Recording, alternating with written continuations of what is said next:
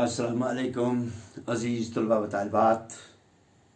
उम्मीद है कि आप सभी बखैर व आफियत होंगे।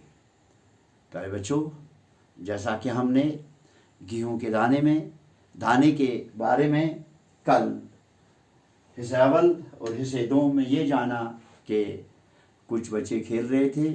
उन्होंने ज़मीन में एक जगह पर जहाँ पर वो खेलते थे उन्होंने एक दरार देखी थी, लेकिन वहाँ पर उन्होंने क्या पाया, उन्होंने एक गेहूँ का दाना देखा जो बहुत ही बड़ा था।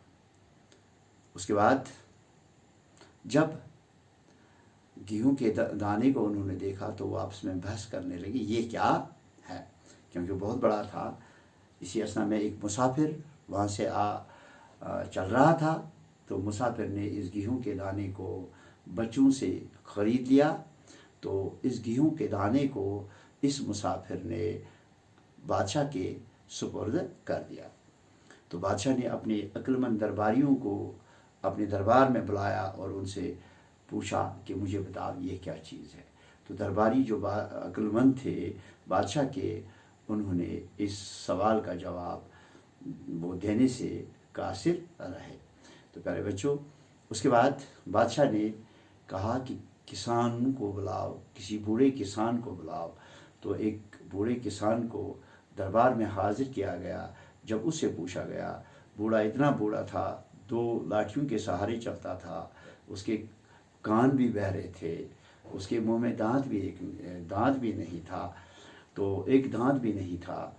तो उसने कहा, बादशाह सलामत, मैंने कभी ऐसा गेहूँ का दाना नहीं बोया है।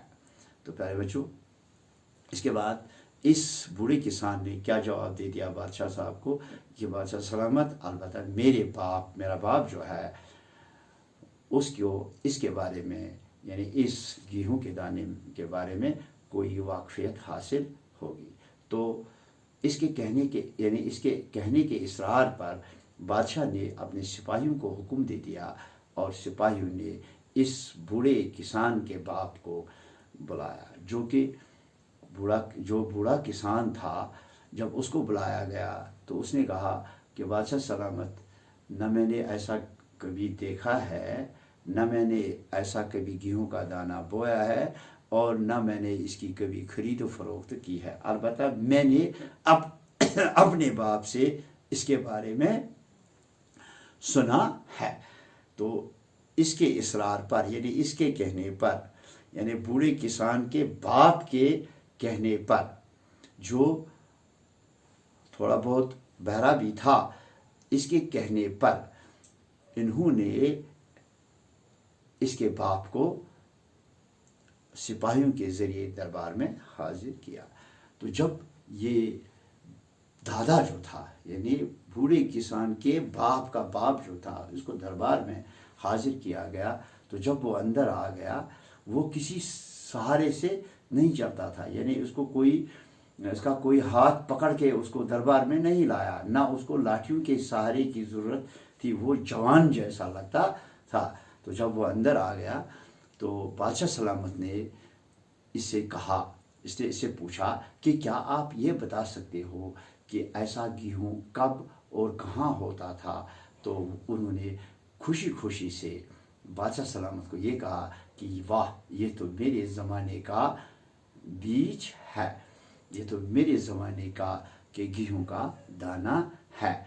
तो बादशाह सलामत ने उससे ये सवाल भी पूछा कि क्या आप के ज़माने में इसकी गेहूँ के दाने की खरीद फरोख्त हुआ करती थी। तो जवाब बूढ़े दादा ने ये दे दिया कि ना महाराज, हमारे ज़माने में पैसे जो हैं वो कोई इसका नाम ही नहीं जानता था, और हम अपनी मर्ज़ी से हर एक जगह ये गेहूँ का दाना बोते थे, और हर एक के पास गेहूँ जो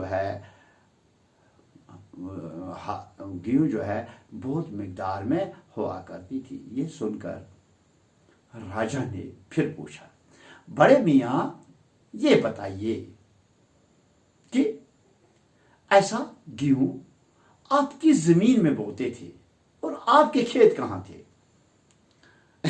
इस पर बूढ़े दादा ने कहा, हमारे खेत इतने बड़े थे जितनी खुदा की जमीन है, और हम जहां भी चाहते थे हल जोतते थे, वो मेरा खेत हुआ करता था। इस जमाने में कोई नहीं कहता था कि ये जमीन मेरी है या वो ये जमीन उसकी है। इंसान अपने हाथों से काम किए बगैर किसी चीज को अपना नहीं कहता था। तो प्यारे बच्चों, राजा ने जब इस बड़े दादा से ये कहानी सुनी तो राजा ने सोचा और सोचकर फिर कहा, बड़े दादा, मगर हम इस जमीन में इतना बड़ा गेहूं का दाना जो है अगर हम बोएंगे तो हमारी पैदावार जो है ये बढ़ सकती है, हाँ, इसके लिए हम क्या करें। तो